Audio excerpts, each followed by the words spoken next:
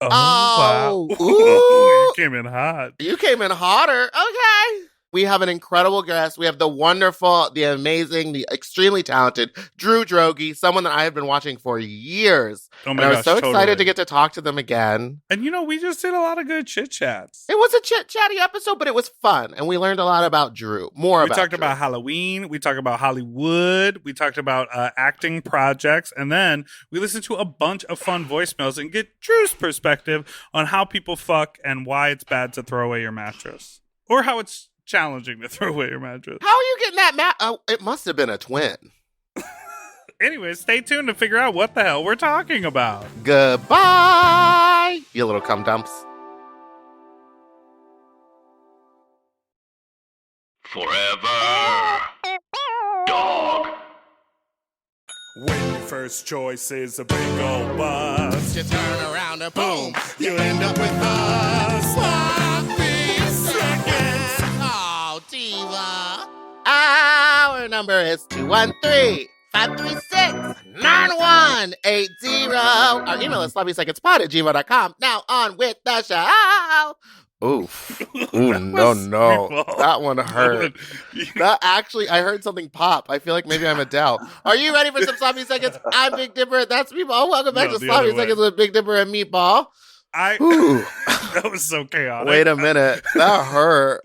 You felt the pressure from Adele releasing her new song, and you were like, "I've got to try it." No, and then all remember of a she was sudden- on stage and she like had a vocal cord pop or whatever, and then she had No. a long time ago, and then she had surgery and she was worried she was never going to sing again. Well, maybe our guest knows about that. Yeah, Maybe we can ask our guest about maybe we'll that. ask our guest. Maybe our guest is an Adele historian, or I'm just really I putting feel a lot like of maybe you're just fake making facts this out up. into I the have world. no All right, idea. well, who knows? Well, check All me right, on it. our guest is an incredible actor, writer, voice actor, a comedian, and a queer icon. It's Droege. Hi, kids. How's it going? Hi. I don't know this about Adele, but I mean, I adore her. And I you really call enjoy her. yourself gay. I know. I'm the worst. I really need to go into a deep dive of Adele's vocal cords in order Yes. to be a proud member of the LGBTQIA plus community. Yeah, You gotta we're gonna know take your those card polyps. away. Yeah. Yeah. I Um, wonder where that started, that phrase, take your gay card away. I wonder what that, I don't know. yeah, because I don't- to take it away, someone had to give it to you. Right, first. exactly. It had to be handed to you at some point, and then who gives it to you? And then at what point is it taken away? And then there are things you're like, And I don't is know. it laminated? I have a sticker on the back of mine. But I think that was just because my mentor was feeling fresh that day and put a little I star want a new sticker picture on mine. Oh my god! I look awful. there. Well, yeah, you got yours when you were, what, 9? So of course you look awful. So Drew, young. how are you? We just said great. before we started recording, I haven't seen you in truly years. It in has person. been years, which is Yeah. which is wild. saw I mean, you recently at the Grinder event that you were hosting. We did a Grinder event forever ago. It wasn't for Pride, was it? What was that for? It was for Pride. It was for Pride at Akbar. It was in June. Oh yes, it was Pride Month, but it was still everything was still kind of closed, half open. We didn't know the It rules. was in that weird window where like we're back, and then we were just like hanging out without masks on for the those couple weeks in June, July when we thought we could do that until Delta came back with a raging hard on for us. So gosh, those were the days. I know. Ah. Did you flourish? And we're not going to do a lot of pandemic talk, but I No, just haven't this seen is you it. so long. I'm just curious. That's Did all you- I want to talk about. I did don't you- think we talked about I'm just curious if you flourished in the sort of isolation. Isolation. Isolation? isolation, Thank but I you. like isolation. Come on, isolation. Did you was that fine for you to be like alone and like working and like just sort of being? It was on a very selfish level kind of great for a while for me. Like I really enjoy. I mean, like I was living in pure terror with Sure. COVID and Trump and all that, and are we all gonna leave this earth and miserable and alone? But I also just got a lot of sleeping and movie watching done, and Yeah. I didn't really write. I didn't really create much at all. I mean, I was not creative in this time, but I was kind of unapologetic about it. I was like, I just didn't. I wasn't inspired, and I wasn't Yeah. putting pressure on Mhm. myself, and I also wasn't. It's like as you both know, when you go out in LA, and it's great, but sometimes it's so overwhelming every time you run into people and they're like, "What are you working on? What are you doing? What's your thing?" No. And it's it's like, nice bitch, to I'm just go, sleeping. Finally, exactly. I'm staying alive. Yeah. I'm staying alive, and I'm just doing what I want to do. And if I want to make a cocktail at 5 p.m. or I want to, watch Lawrence of Arabia today because I've never seen it and always claim to have seen it, that's what I'm going to do today. And that's going to be called, that's my education, that's my day, that's my life. And right. no apologies. So then, for me personally, like it was like 2021 was weirdly harder because it was like, we're back, we're not back, we're working, we're not working. Right. It's felt very, it's getting better, but it's been frustrating on that level. Like last year was terrifying. And this year feels more stupid. We're just kind of going like, let's just, what are we doing? And when are we done with this? It's just annoying.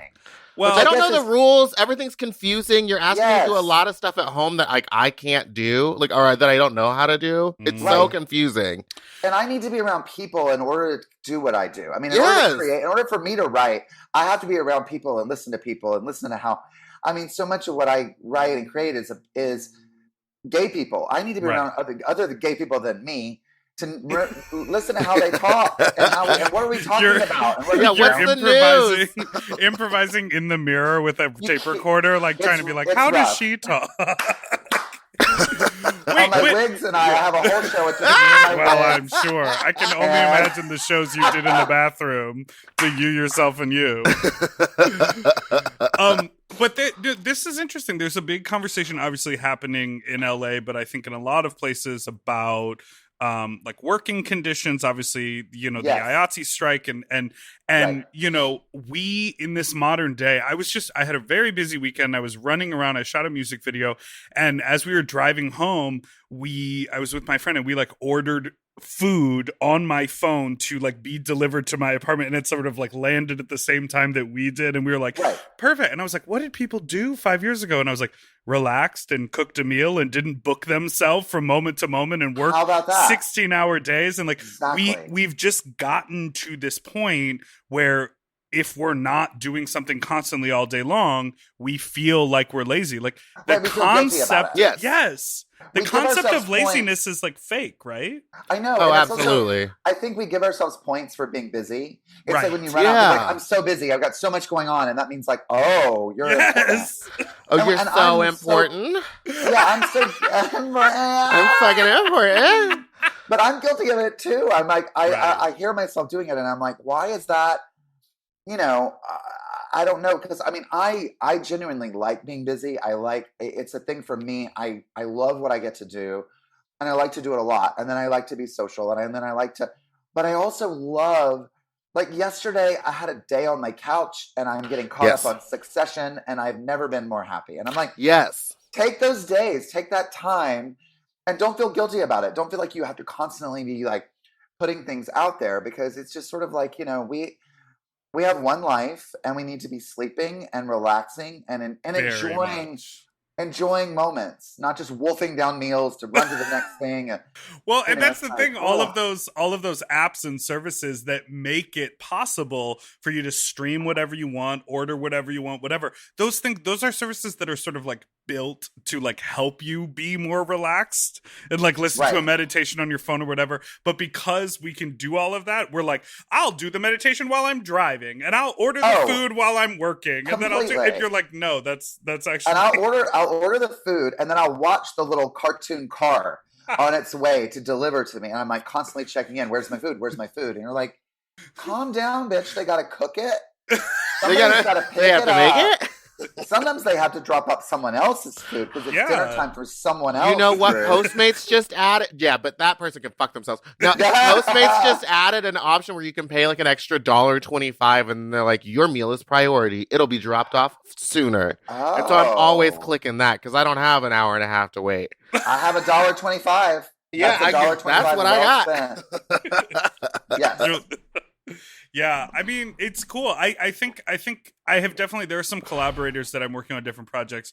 I haven't quite learned this lesson from the pandemic, but some of the people I'm working with have learned that lesson of they're coming back into projects and they're really setting a boundary. They're really going like, hey, just so you know, I don't work on Sundays anymore. So even though that's your day to like catch up on your outside don't email me. I'll get to you back on Monday. And I sometimes I find that frustrating on the receiving end, but I always go, I respect it. I wish I could do it. Yeah, people have boundaries, Dipper. People know how to say no.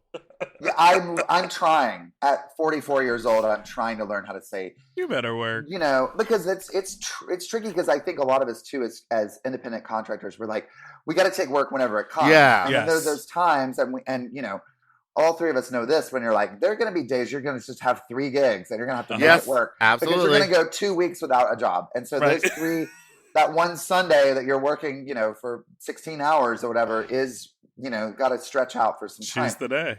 Shit, that's it. There are also times you have to learn to just say, you know what, I'm going to say no, or I'm going to say yes with boundaries. And I think that has to be, you know, understood now, because you know there was the work day. You would never think to call someone back in the days of landlines. Oof. You would never think to call someone, you know, at 8:00 at night with a work related thing. But now emails come in at midnight. They'll come in all the time, and you're like, I got to answer this right away. And I try to tell myself that too. Like at night, I'm like, just save the message, get to it tomorrow. It's nighttime, right? You know, and it's fine. You know, you'll get to it when you get to it. And you're busy watching Lawrence of Arabia. Thank you. What happens in that movie? Yeah, what is that movie about? Okay, so it's 4 hours long. So, and the first minute, no. Yeah, it's actually wonderful, and it made me cry, and it's a classic for a good reason. I mean, I watched it on my laptop. I'm like, I would like to see it in a theater because it's a stunning movie, but you know. It's something I never would take the time to watch if we weren't in a pandemic. Absolutely. It is 4 hours. You know. You know what else is 4 hours? The first episode of Dragula. Now, I want to know, are you into like scary movies? Are you into ooky spooky stuff? Because it's Halloween times. Yes, I love scary movies. Did you go see the new Halloween? I did. And did y'all see it? No, I saw it. Okay. I had a blast. I thought it was so much fun. It was so insane. I mean, somewhere along the way, I think I lost the plot because I didn't. Oh, completely. So confused. Oh no, that's what I'm saying. There is no. I don't. There's nothing makes right sense, but it's great. It was so fun. There's no other than the very first Halloween. Yeah. There's no really good Halloween movie, and I love them all. Like I love the story. There's no. I mean, if you try to follow. Talk about explaining. It's easier to explain Lawrence of Arabia than it is to explain Michael Myers through those 12 movies, because it's like they reinvent the mythology every single movie. He gets new magical powers, then they take him away, then he's great again. He can live in space. It's wild. He's a superhero now. Yeah. Like they literally say that in the new movie. He can basically fly. He's more than human now. Like he's beyond. He's got some other, which you're like, oh, good to know on movie 12. You know. Is Jamie Lee Curtis in the new one? Yeah, she is. She's in a hospital bed the entire time, so she's not. She said, "I'll give you 3 days of shooting." Oh, that's the dream. Can't you wait to be at the Jamie Lee level where you're just like, I'll take my, you know, $5 million. I'll sit in a bed with my Benjamin Franklin wig, and I'll roll around a little bit, and then thank you. And she deserves it. My God, she built the franchise. I mean, you know. Yeah, she absolutely did incredible. But she left the franchise for a little bit and then came back, right? She was very much like, I'm not going to do this. She's left and come back, you know, a lot. And she was very open with this new trilogy that she was like, it's great money. You know, but they had to set up for the final, the one that comes out next year. So it's a lot of it's definitely in the movie in the middle. So it's just focused on the kills. Here's a hot take, and I know a lot of people have their issues with what happened in it. Because there's a gay couple in the movie that you know that that a lot of people are having issues with, because it's like, you know, first of all, it's Mike McDonald, the genius of Mike McDonald. Oh my God. And another actor named Scott MacArthur, and he was like, I thought it was my friend Hayes MacArthur, but then I was like, I guess he has a brother, because they must be the same. So anyway, that's crazy. Yeah, because I was like, that's Hayes. They must be the same. And I looked it up, and I was like, they must be gay. I guess people have brothers, that's like weird. me. But anyway, so I loved the inclusion of a stupid, bickering, trashy gay couple. I loved felt that. real. Who does it? I knew them. Yeah, exactly. Yeah. And Of course, a gay couple would buy Michael Myers' house and gentrify it. That felt so funny to me that, like, you know, who would buy Michael Myers' house? Oh, this bougie gay couple that's going to paint the walls all like midnight blue, and it's going to have Anne Murray records. And it's, I mean, like, I loved that because, you know, I love that it showed, like, here's what a neighborhood looks like in 2021. And the gay people are just as bumbling and idiotic as the straight people are.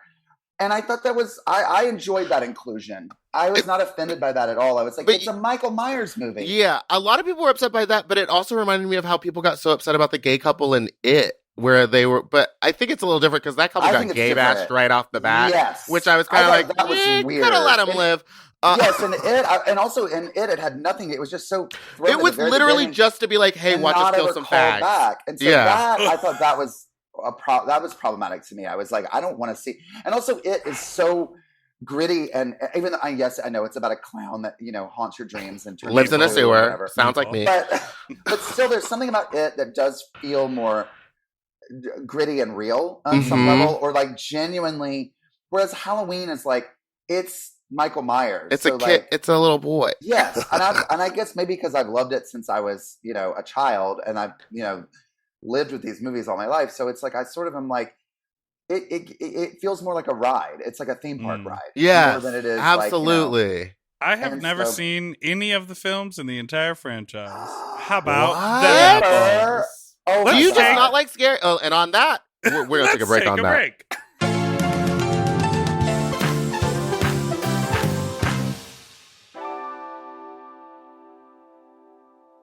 Okay, something about me. I love shopping. If you love shopping too, you have to check out Rakuten. And all you have to do is shop, shop, shop, shop, shop, shop, shop. And with Rakuten, you get cash back and rewards on almost everything you buy. Exactly. Shop. Homeware, daily essentials, jeans. We're talking eBay, CVS, and even Levi's. Ooh, so I can buy a vintage couch, tons of paper towels, and grab a new pair of jeans and still get cash back. And that's not all. You can even stack those rewards on top of sales and coupons. But Big Dipper, how does this magic work? Well, I'll tell you. Rakuten is paid by partner stores to send them shoppers, and then Rakuten passes on some of that money to you, the member. Rakuten is so real for that. Plus, Rakuten has 17 million members who are already saving. Don't you want to become one of them?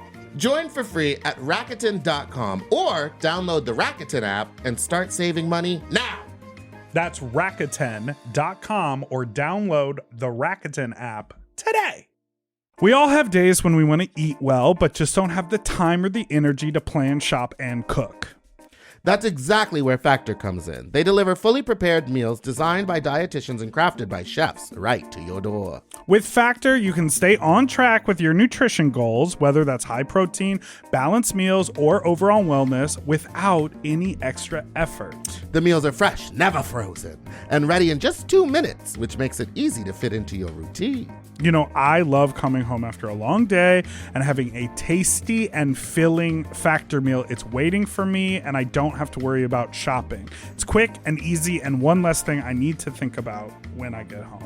You know, I'm feral for fish right now, and I always get my fix with Factor.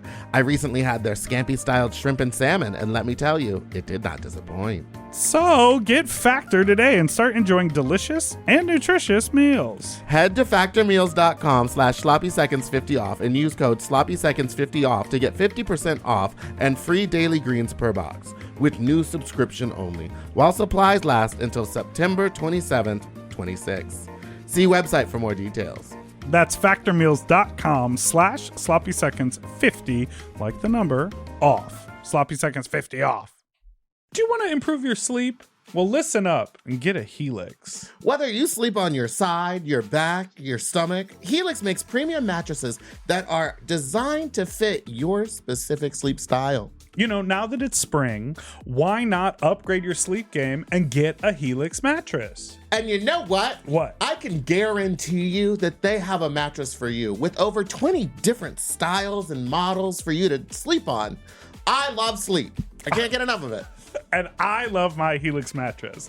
So ever since I got the big and tall, I know we go on and on about it, but it's a perfect fit for me. I haven't had a mattress before that I was able to select a model from, and I'm so happy I got to do that with Helix. And I, too, have the big and tall model, and it's perfect for my big and tall body. I loved it so much, I got a second one from a guest room. True. Yes, baby. And the people are sleeping great in there when they eventually do sleep in there. Best of all, Helix delivers right to your door with free shipping in the US, and you can get a 120-night sleep trial to make sure that it's right for you. You also get peace of mind because Helix mattresses are backed by a limited lifetime warranty and have been recognized by experts at places like Forbes and Wired.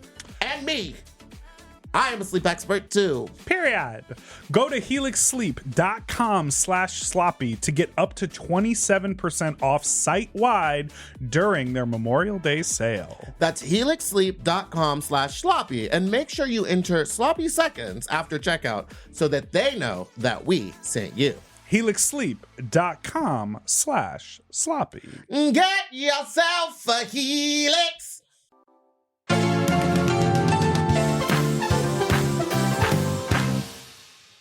And we're back.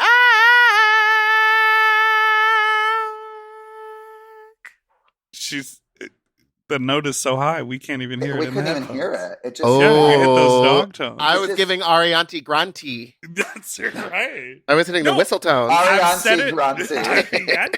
Grante. I've said it before on this podcast. I don't do well with scary movies. It makes me, I do get the shiver me timbers. I do come home and look, in the closet where there's no possible way a human could fit. But I'm like, no one better be in here. Like, I really do get freaked out. So for me, Halloween is about the fun costumes and, of course, the candy. I love candy. Sure. I love all that too. I love Halloween. I mean, I think it was my favorite holiday as a child. And, obviously we made it our lives. So it's like, Right. Yeah, we did make it our lives. We get dressed up all the time. A little dress up. I was trying to explain to someone, they were like, Halloween's coming up. Aren't you so excited? You get to like dress up and da-da-da. And I was like, Mama, I dress up 3 times a week. Exactly. It's literally I don't want to on Halloween. We made Halloween our life, so now it's work. It's going to the office. Right. So it's just a thing where it's like, I have a thing, I'm like, unless there's an audience or a paycheck, I'm not getting in a costume. Like, make me walk around a party in a costume. I've done it. Yes. So much. You've done it when no one else is in a costume. Exactly. You've lived that fantasy. And so I think it's something that, like, I enjoy watching other people. Like, it is tricky for me at Halloween parties, because I'd rather just be in the corner like a fly on the wall and see other people having fun. I love seeing people in their costumes. I never come up with a Halloween costume idea because it's always like, I'm always putting on costumes for other things. And Halloween's different. It's not like you're doing drag and are going, here's my persona, here's the character that I'm playing. It's like, it's like a concept. And so you have to go up to people and go, I'm a broken cell phone or whatever. And you know what I mean? It's a thing. It's an idea. And so people go, oh my God, how clever, or whatever. Or I'm this character from this TV show or whatever. So you're not trying to entertain the room. So you just living in that costume. My favorite costumes are always when people do like a turn of phrase, like a needle in a haystack, or like stuff like that. Yes. Those are I never think like that. And so I'm always blown away when people do, because that's not how my brain works. And so I'm like, wow, that's brilliant. And you just keep discovering new little nuances in their costume, their look, and they've spent all year working on it. Right. I love seeing that. I will never be that person. I'm too lazy and tired to do that, but I love that people. They're always like old Southern ladies sitting on a porch drinking lemonade phrases, like like a pig and shit, and that's your costume. It's like always like a Can you imagine if someone walked up at a party as a pig and shit? I'm sure they've done it. I was at that party last week. Yeah. It's a whole fetish thing. Oh, gross. All right. I have to go. I don't like that. When you were growing up, what was your trick-or-treating method? Were you like really into that, or was it more about the costumes growing up? I was way into my costume as a child because it was my time to dress up. And I remember when I was 3 or 4. I mean, I was very young, and I was obsessed with Kiss. I didn't know their music. I didn't know anything, but I saw them on TV and I loved that look. I loved the tongue and the it was drag in a way. I was like, and I loved it and I loved Monsters. So there's a picture of me when I am 3 or 4 years old, dressed as Gene Simmons from Kiss. Oh my God. And everyone else, all 3 or 4? Like, That's yes, young. I was so young. And all my other friends, everybody else was like a ghost or like a skeleton or like, I'm a cute little pumpkin. And I was full on with the tongue and I was in it. And then I was always villains. I love to play the villains and still in my life. That's what I do in my career. But like I did Ming from Flash Gordon. Okay. I was Ming 1 year because that was 1980. It was the hottest movie. So I was also young when I did that. What else did I do? I was obsessed with Freddy Krueger, but I don't think I ever did Freddy. But like that was always in the world. That was always like what monster can I do? And was it like you would make them at home, like family made, homemade crafting, or like you would buy them? My mom would make them. My mom would do them, and I had a real push pull because also I had that thing where I wanted the store bought costumes. Like that right? Was like, you know, and I was that like, was my luxury. Mom's like, I'm gonna make it, and my mom is amazing. My mom's a designer, and she could sew, and like she would make these amazing costumes. And when I did community theater in high school, my mom was always doing like sets and costumes and stuff for that, and so my mom was really great at that. And I didn't appreciate it as a child because I was like, I want the store bought thing, but what they had at the store was never what I wanted, and then they didn't have Gene Simmons, you know. Well, so I had to do, you know. Yeah, that's always the thing. It's like if your parent is like a chef making you like amazing food, like fresh, beautiful salads, but you're 7 years old, you're like, I only want to eat McDonald's and Oreo cookies, please. Exactly. And chicken nuggets. Yes. And you're like, children are the I want worst. this Children are awful truly the worst. Superman costume from Walgreens that's made out of cheesecloth and disintegrates the moment it gets Yes. I wish my mom would have made me costumes. I was always in the store-bought costume, and some years it would be the same. I would just get into my brother's costume from the year before. It would be like a hand-me-down. Yeah. Well, he's like 7 months older, so we were pretty much the same size and same everything. So he would just be like, all right, now this year you're the blue Power Ranger. And last year he was the blue Power Ranger. But it'll work. You'll be fine. You'll love it. And I was always like, I want to be the pink Power Ranger. Of course. Said, I never got the good one. She said, I saw you Not get in my that house, gay you tiny card. little faggot. Okay. Wow. I remember. Pig and shit parties. Problematic. I went as often when because I never had any foresight. I never was like dreaming of a costume. So then it was like, 1 year I did Dracula, like whatever, or vampire. But I did many, many years as a hobo because I would just put on my dad's clothes, tie a bandana on a stick, and like black out one tooth. That's a costume you can sort of come up with. Really could get that done in one day. Right. And like just by raiding, your father's closet. So I did that a lot. But the thing for me, the focus was the trick-or-treating and was the candy. I remember coming back home and me and my sister would lay out all of our candy on the dining room table and organize it by things. And then we would trade and we would, like if she liked more Tootsie Rolls versus, we would just trade. No one ever wanted the little tiny roll of Necco wafers. Like no one wanted, like, why are people doing that? Horrifying. Those were gross. They were like zinc tablets. It's like, why do you want that? And I did have some like older neighbors in the neighborhood who were handing out apples and homemade peanut butter and jelly sandwiches. And that was also really at the time when it was like razor blades and drugs, like check to make sure that like your kids aren't getting like drugged and cut up with their candy. So we would that never happened. Did you know that? Like that was never...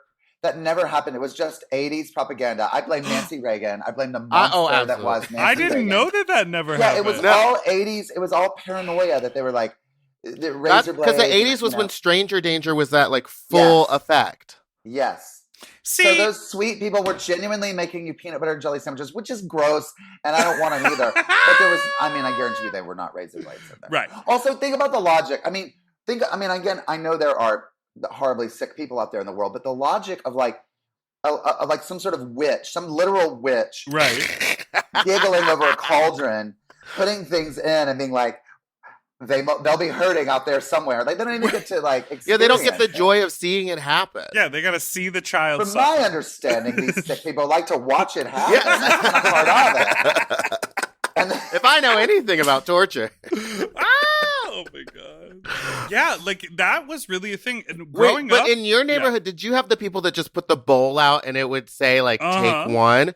We went out super early one night and our neighbor had that bowl out, and so either they put it out empty and we're just pretending like they put candy out. Love that. Or someone literally came along the minute they put it out and emptied it out. But like I just have dumped always yeah. I always thought that was them just like being like, we're not going to buy candy and we don't want you ringing our doorbell. So let's just pretend like we did. It's a scam. It's a That's scam. But I think that propaganda really has influenced it, because now trick-or-treating is like, you drive to a parking lot. Mm-hmm. They do it like tailgating. You like drive to a parking lot or to a park and people open their trunks and it's daylight, like on a Saturday or something like that, or a Sunday, or early in the evening after school. And they like walk around from trunk because they like don't go see your neighbor, don't meet people in the neighborhood. Don't like, I feel like there's very little actual trick-or-treating happening anymore. And sad to me. It sucks that the lesson that we've learned from trick-or-treating is to be scared of our neighbors and to not engage in the neighborhood. Right. So yes, because it just creates it creates more fear, more division, more. It does the opposite of what, like, we got to protect ourselves and protect what's ours, and it's why we're in the problem that we're in right now. Like, get to know your neighbors, and that's one thing I will say was good about pandemic, is I did get to know my neighbors a lot. Yeah. I didn't know, because in LA you don't really get to know your neighbors. Right. Yes. And when I was living in New York, I lived in New York in the East Village, and I lived in the same building for like 6 years, and I never once spoke to the people that lived right next door to me. If I saw them in the hallway, I'd be like, close my door. Like, I'll wait for you to leave the building, and then I will leave the building. Oh my God. That is so funny. But why do we have that in us? I don't know. But now I'm like great friends with the people in my neighborhood. Like down the street from me, like I'll let them come over and watch the cats when I'm gone. Like, it's wonderful. I think there's this fear of like rejection, or I don't know, but it's also like, it's on a basic survival level. It's really smart. Like, if something fucked up is happening in your building or in the neighborhood, you can call the person. And calling the person you've never talked to in 6 years, it's hard. It's like going, hi, I'm Drew. I live next door. Yeah. We pass each other. I've waited for you to leave. I mean, all that. And I've done that I've too. hidden from you on many occasions.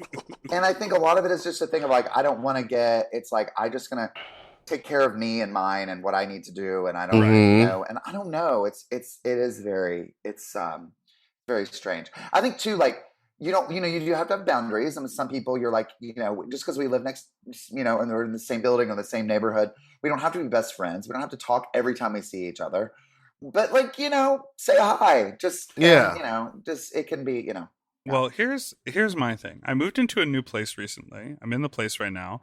I think when I have my windows open on a nice day, everyone can hear everything. Oh, yeah. And all we do is record this podcast from home. And I just say filthy, disgusting things about my sex life that I'm happy to put out in a public way on the internet.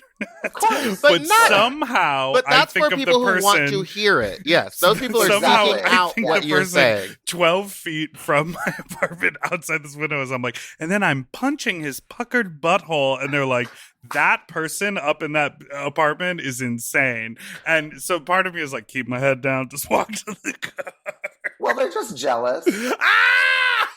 Well, I didn't know. So during the pandemic, we was doing all these digital drag shows from home, and my drag room faces out, but like there's trees, so I didn't think anyone could see in. But I was out doing something on the street, and someone walked by, and I was like in half drag, and they're like, "Oh, another Meatball production." We like watching through the window, and I was like, "No," and she was like, "We love the wallpaper you put up." I was like, "No!" So now windows always closed. Yeah. She got quiet because I don't need them hearing or seeing. Well, you kind of want that on your terms, so you don't have a Yes. little bit of control in that way. You want to be like, I will allow this when it's fully done, and and people are either logging on, buying a ticket, or whatever. Then it's open for business. But watching then, how it's made is no good. It's a lot of me just being like, "This is terrible. I want to leave." Right. And it's a very vulnerable feeling of like someone's been watching me and I don't know. Yeah. Yeah, very rear window. And why I have no interest in being like really famous. Like that just would be horrible for that. Oh reason. my Like, God. Truly, it just seems like People pry. Let's take a quick break and we will be right back.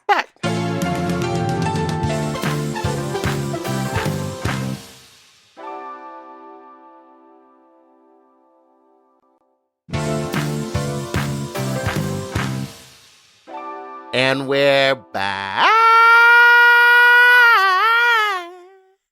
Ooh, see, I don't know. Something's wrong with my voice. I went out and then in and then out again. Ooh, just how I like it. Kind of like you punching a puckered butthole. Thank you for the callback.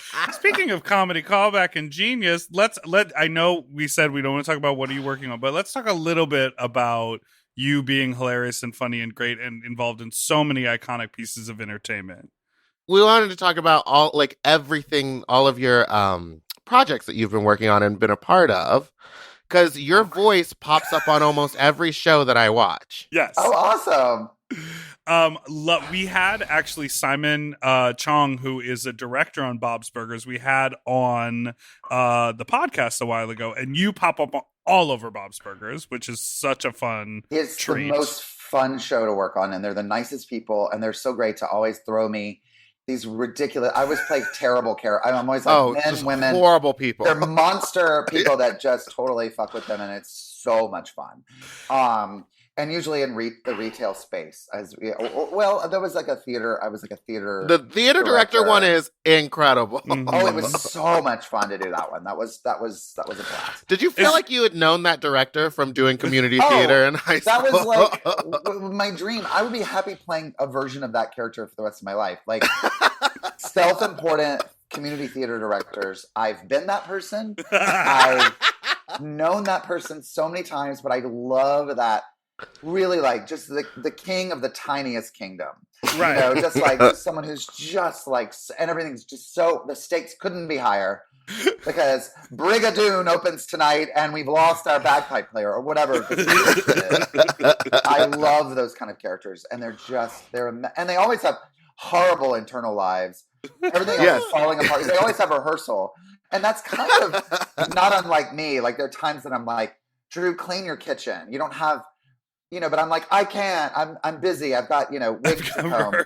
I'll do that more than like take care of like comb your wigs. Don't. Yeah. I've had to learn to be an adult in a way that I've had to really kind of go, all right, take care of your life, because that's the part of those characters that I fully connect with, that I love.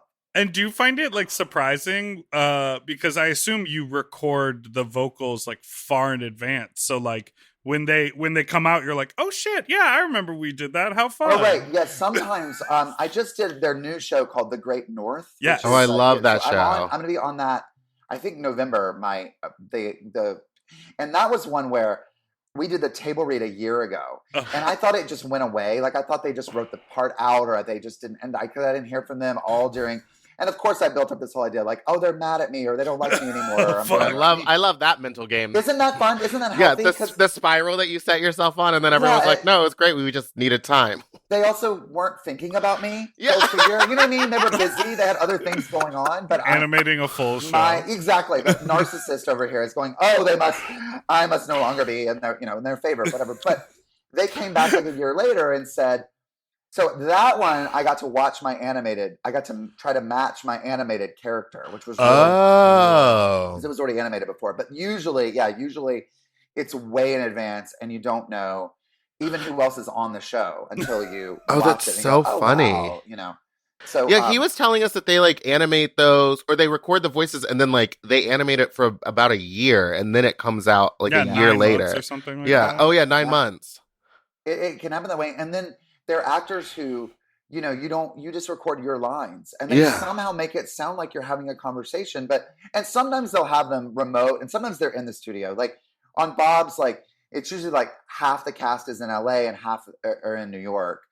And so you're doing the episode, and some of the actors are there in the studio, and the others are just like you're hearing on a speaker in New York. But then I've done some, especially during pandemic, where I didn't even see the person. I just did all my lines, and then they did theirs, and then they put it together. And, wow. So, Wow. That's really wild. Yeah. We just did something like that for the podcast. We did like a little radio play, and a lot of the parts had to be recorded completely separately. And it's like building these pieces of and it's like, know. take the word was from their second take and replace it because it actually makes the rhythm sound better. The inflection. I know. And it's like, I know. That's Poor a lot Will. of work. It's like much easier when Will. just two people are in the room together. Well, because they're right, because they're listening and responding naturally versus like, I'm going to stab at. And then they're also, they do another thing too, where they have you say a lot of different just takes on the same words, like for that reason. So they'll kind of do it now, surprised, now terrified, now horny, or whatever, and then you can kind of H word. Oh yeah, sure. Not horny, baby. Oh sure. Oh, sure. When the Horny. fake cigarette appears. I played lots of horny characters. Yeah, bullshit. You're like retail but- space and hornballs. That's what That's where I live. Happy to do it. I love Radio Shack and I love fucking. Wait, I want to talk a little bit about Search Party because Yes. I just love, because obviously Sam Pancake and you, Yes. have been friends for a long time. You do a lot of different projects together. And that just felt like such, like, to me, watching that, the two of you sort of pop in as those wedding planners, it felt like an internal, like, not only like a queer nod but an industry nod, just sort of like, not only was it just a great moment on the show, but it also kind of felt like an inside joke for the people who know to just like have so the two cool of to hear you that. together do Yeah. that. It was a dream to get to do that. First of all, I was such a fan of the show before, like in the first two seasons on TBS and everything. And Charles and SV, the creators and showrunners of that show, are friends. But I was always just like, they did a movie called Fort Tilden before that I was obsessed with, and so I would get around them and be like, "You're geniuses! Like, what are you doing?" And that's their show. But it was. I genuinely never thought I would be a part of it. Like, it's one of those things that, like, they're the shows you watch and you go, "Oh gosh, I really love to be on that show." Yeah. But the first couple seasons were so they were way more like small indie, like gritty, Right. New York, which I love, but I'm so flattered when I ever get to be in that sort of space, but I usually get cast in the bigger, broader, campier things. Yeah. So when they reached out and said, we have this idea for you and Sam, and we were like, oh my God, we are so excited. And they kept telling me, like, go bigger, like, because I was so like, I want to play this really, and they were like, look at you. You're in you're in man Pounds drag. of makeup. Pounds of And the makeup. hair, like, we were in hair for like an hour, and they were ironing out my hair and doing this, for just, and so, and Sam and I also, we're obviously really good friends and we work together a lot, but we're good together in like just finishing each other's thoughts of playing the worst gay people. It's a lot of times we get together. We always laugh. I used to say we get together like every couple months and have a cunt lunch, or as we call it, a cunch, where we just scream at each other.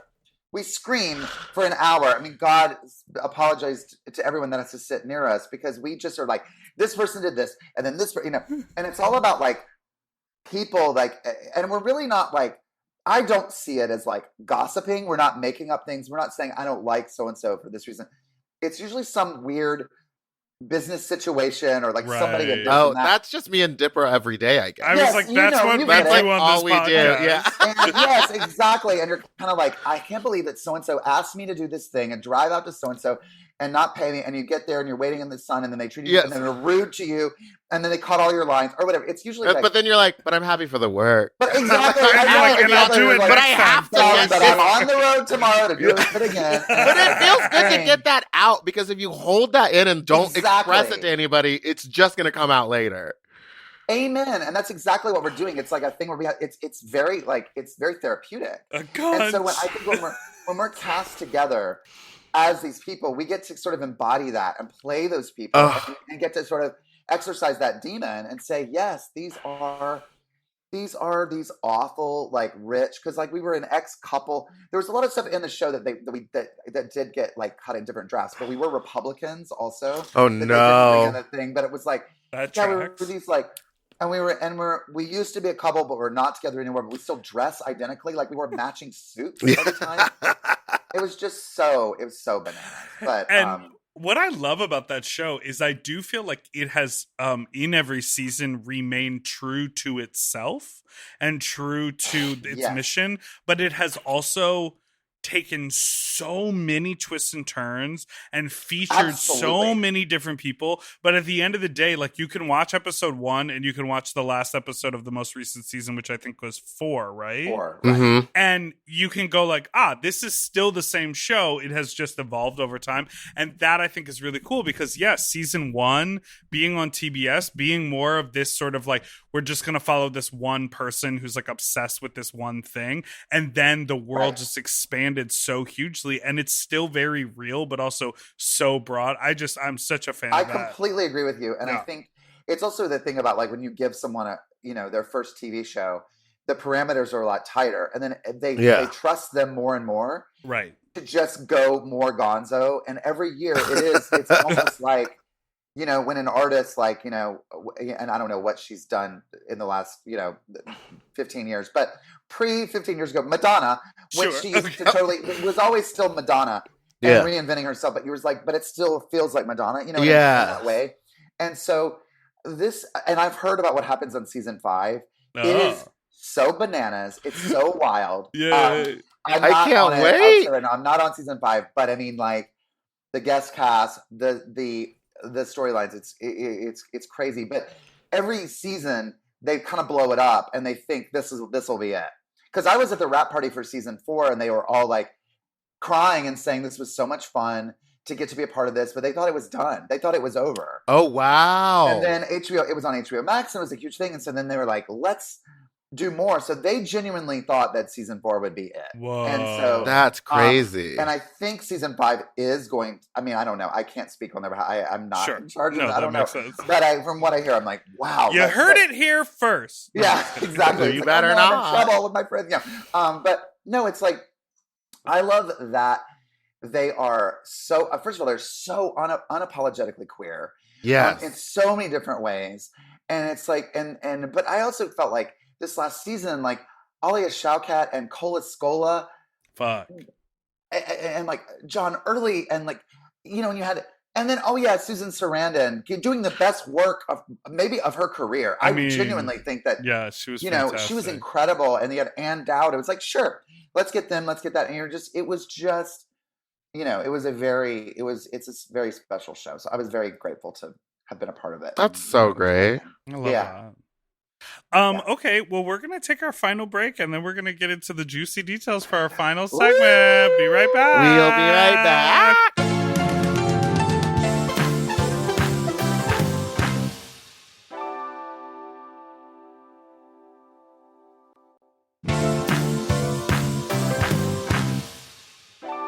And we're back. It's time for the segment we like to call... Yeah, you got barely half a sip in.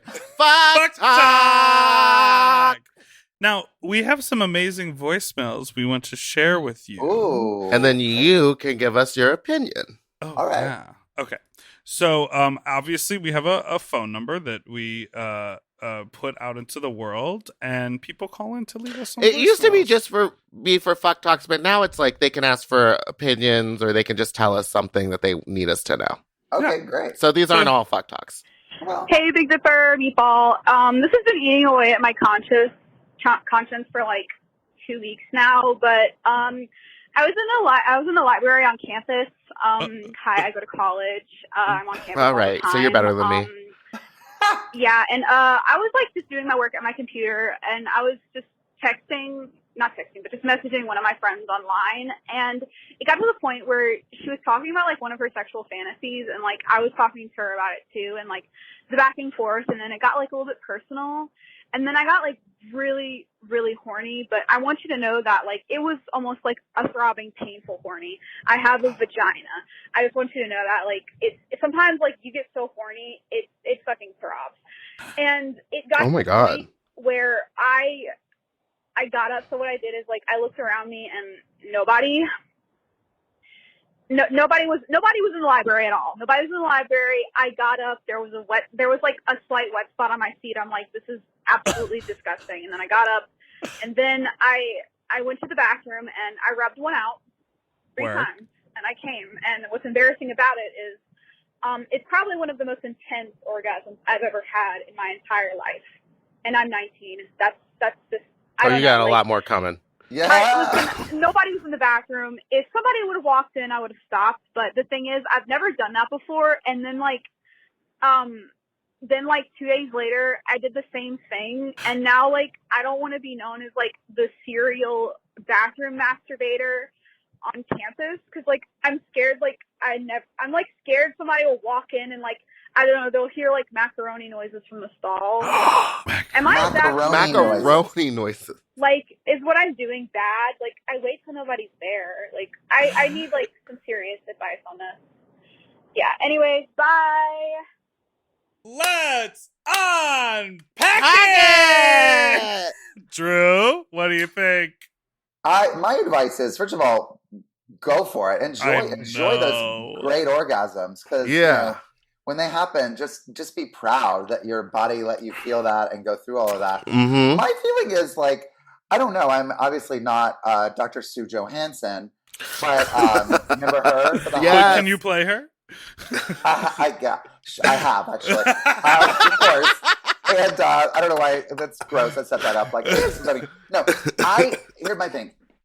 I say you'll get over it. Like, do it a couple more times, and then it will lose its luster, and then you'll start masturbating other places. And like, no one else is in there.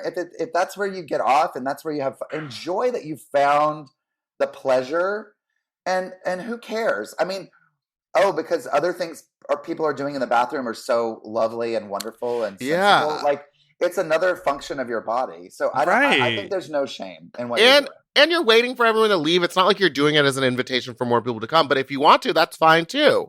Yeah, I feel like what you do in the stall is like whatever, right? There's no like rule against what you can do by yourself in that stall, as long as you're not like showing off to people who don't want to see what you're doing. Right. Yes. How loud are the macaroni noises? That's funny. The macaroni noise. Wow. I guess I would also say she did say she was so wet she was making the seat wet. So that's what I there's a lot of say. moisture going on. If you do and then you get up and you leave, maybe just keep with you some sort of paper towel or just something so that someone doesn't unknowingly sit down in your juices. In your wet. That would be my only in your wet. In your wet. In your wet. But I would say go off. A throbbing vagina at 19 that make you come real fast in the bathroom off some macaroni, that is an amazing space to be at in your life. I'm proud of you. Yes. Okay. Here's another one.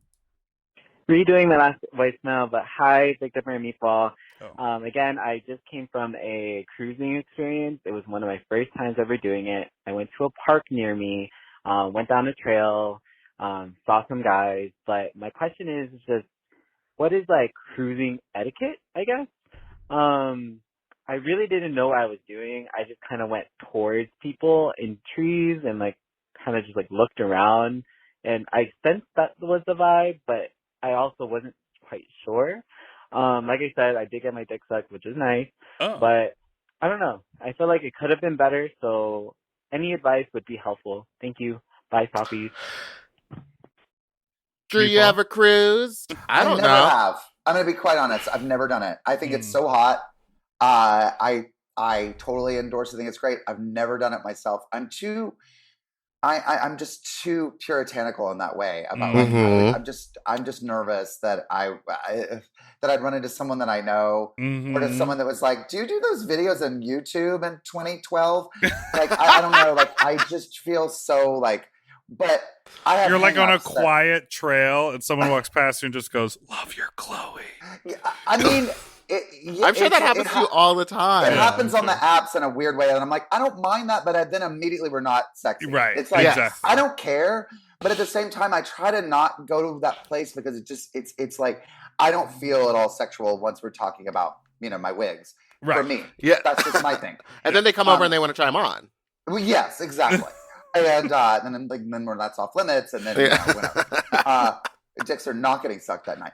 So I don't know. I guess this question was like, could it have could it have been better? Yeah, I mean, I don't know. I mean, it sounds like you did everything right. You just you got maybe, your dick sucked. The amount of times you go cruising and you don't and get nothing any happens. action. Exactly. So maybe just next time you kind of know the vibe and you'll be a little bit more comfortable. It just sounds like you were nervous. So you'll have more confidence. Yeah, some etiquette that feels appropriate to me is like, to me, it's not really a talking scenario. I have been, down a path or around a corner or in an area, and then all of a sudden someone's going, yeah, blah, blah, blah. And you're like, that makes it feel like those people are not there for that. It's like a whispered tone. Like, obviously you could like talk to the person, but sort of like, what are you looking to get done?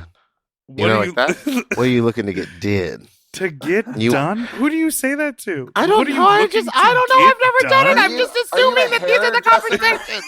Do you want to get your? Do you want to get your hair trimmed? Just keep it tight on the sides and leave it long on top. Yeah. You're looking for chunky highlights.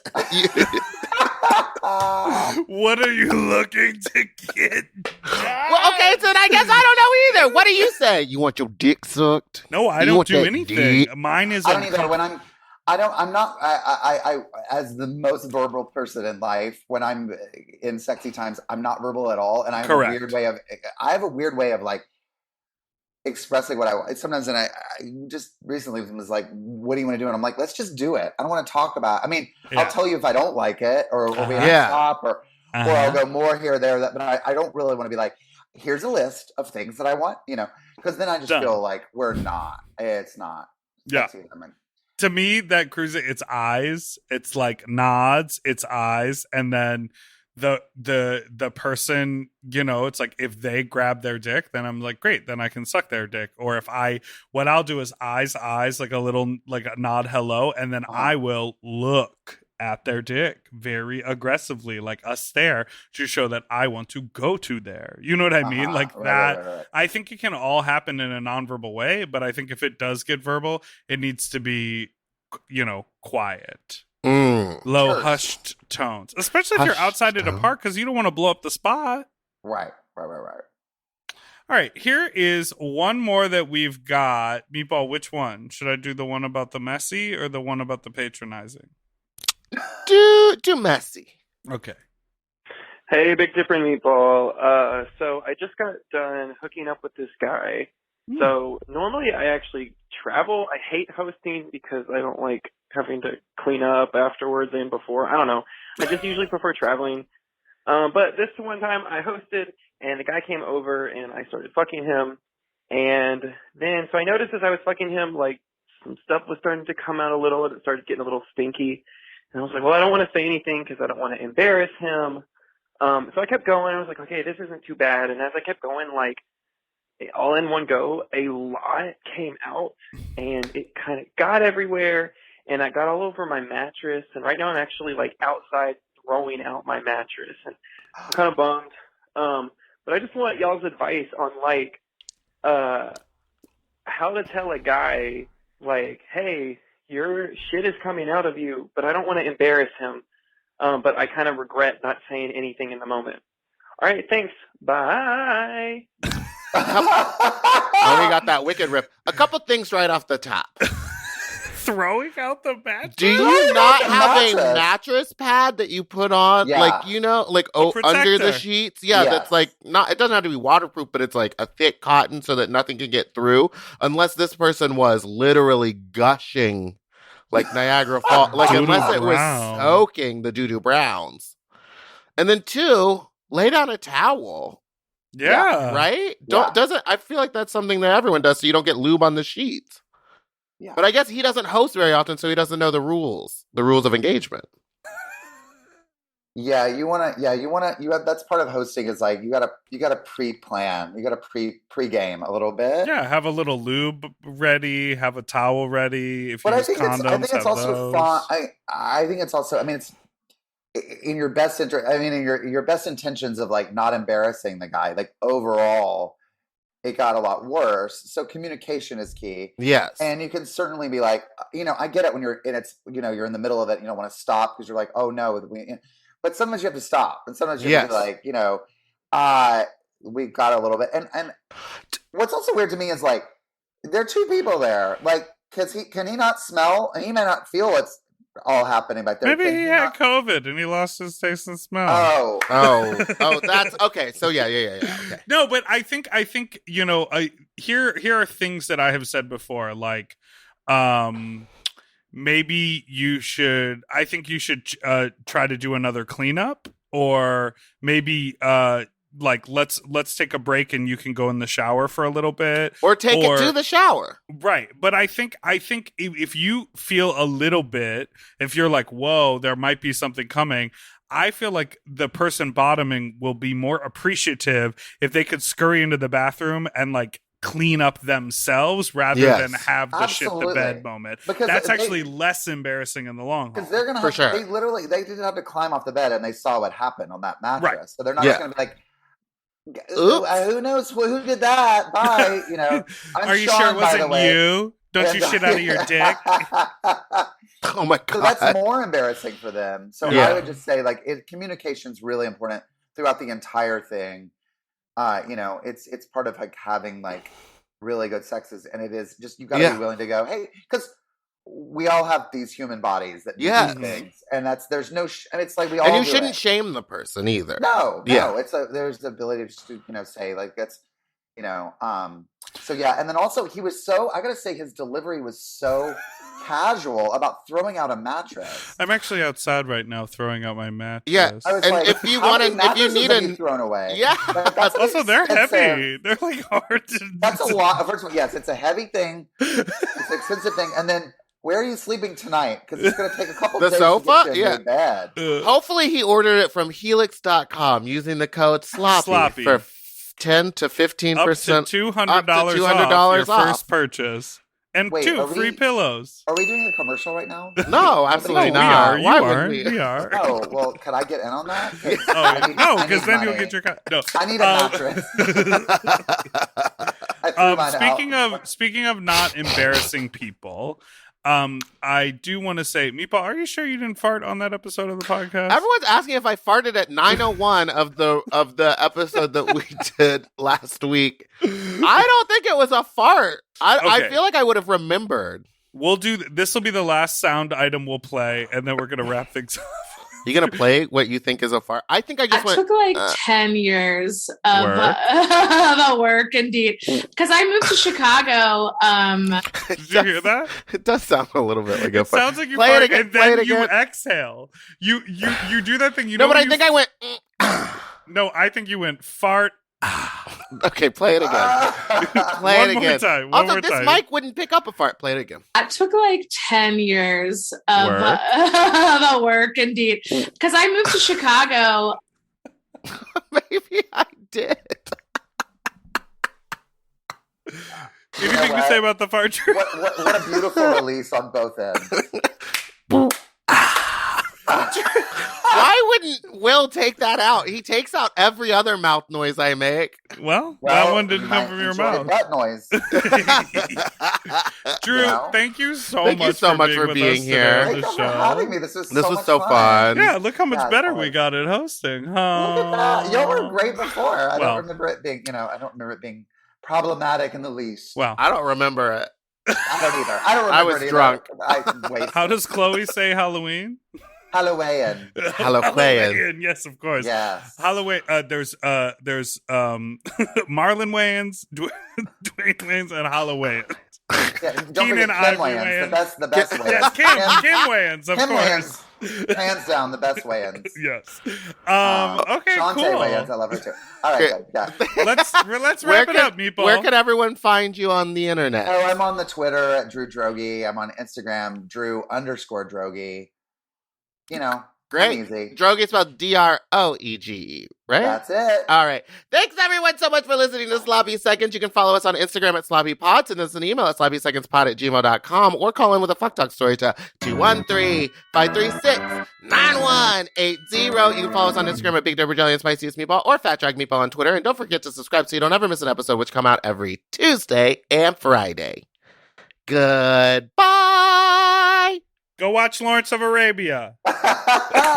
Doodle-a-doo-doo forever, dog.